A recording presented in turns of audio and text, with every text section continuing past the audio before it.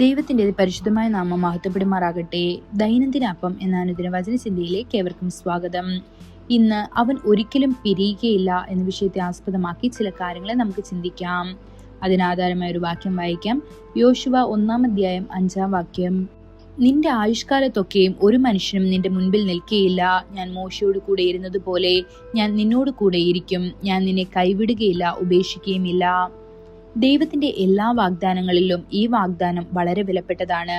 ഈ വാഗ്ദാനം യോശുവയ്ക്ക് ഏകദേശം 1300 വർഷങ്ങൾക്ക് ശേഷവും വീണ്ടും ഉറപ്പിച്ചു. അപ്പോസ്തലനായ പൗലോസ് ഈ ഉറപ്പ് നമ്മെ ഓർമ്മിപ്പിക്കുന്നു. ഞാൻ നിന്നെ ഒരു നാളും കൈവിടുകയില്ല, ഉപേക്ഷിക്കുകയുമില്ല എന്ന് അവൻ തന്നെ പറഞ്ഞിരിക്കുന്നു.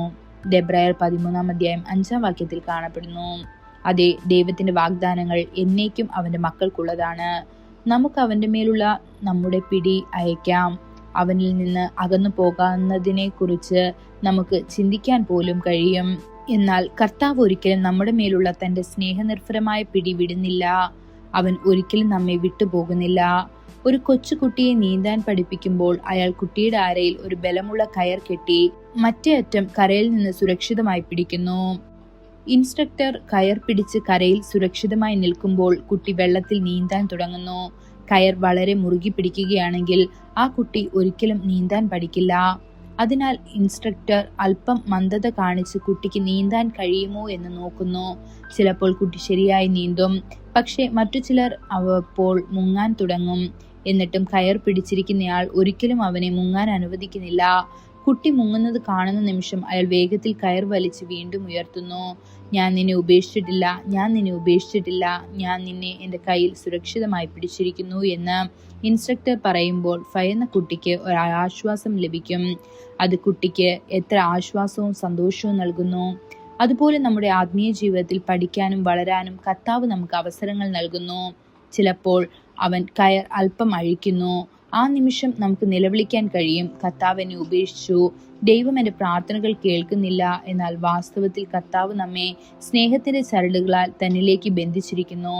ദൈവമക്കളെ, കർത്താവിന്റെ സ്നേഹം നമ്മെ നിരന്തരം പിന്തുടരുന്നു. നഷ്ടപ്പെട്ട ആടിനെ അന്വേഷിക്കുന്ന ഇടയനെ പോലെ അവൻ നമ്മെ സ്നേഹിക്കുന്നു. നഷ്ടപ്പെട്ട വെള്ളിനാണയം കണ്ടെത്തതിനാൽ സന്തോഷിക്കുന്ന സ്ത്രീയെ പോലെ അവൻ നമ്മിൽ സന്തോഷിക്കുന്നു. മുടിയനായ പുത്രന്റെ തിരിച്ചുവരവനായി വാഞ്ചിക്കുന്ന പിതാവിനെ പോലെ അവൻ നമ്മെ ആകാംക്ഷയോടെ കാത്തിരിക്കുന്നു. അവൻ നമ്മെ സ്നേഹപൂർവ്വം ആലിംഗനം ചെയ്ത് പറയുന്നു, ഞാൻ നിന്നെ വിടാൻ ആഗ്രഹിക്കുന്നില്ല, ഞാൻ നിന്നെ ഒരിക്കലും ഉപേക്ഷിക്കുകയുമില്ല. ഈ വചനങ്ങളാൽ ദൈവം നമ്മെ ഓരോരുത്തരെയും അനുഗ്രഹിക്കുമാറാകട്ടെ. കൂടുതൽ ധ്യാനത്തിനുള്ള വാക്യം മത്തായി 28-ാം അധ്യായം 20-ാം വാക്യം. ഞാൻ നിങ്ങളോട് കൽപ്പിച്ചതൊക്കെയും പ്രമാണിപ്പാൻ അവരെ പഠിപ്പിക്കുന്നു. ഇതാ, യുഗാന്ത്യം വരെ ഞാൻ എപ്പോഴും നിങ്ങളോടൊപ്പമുണ്ട്.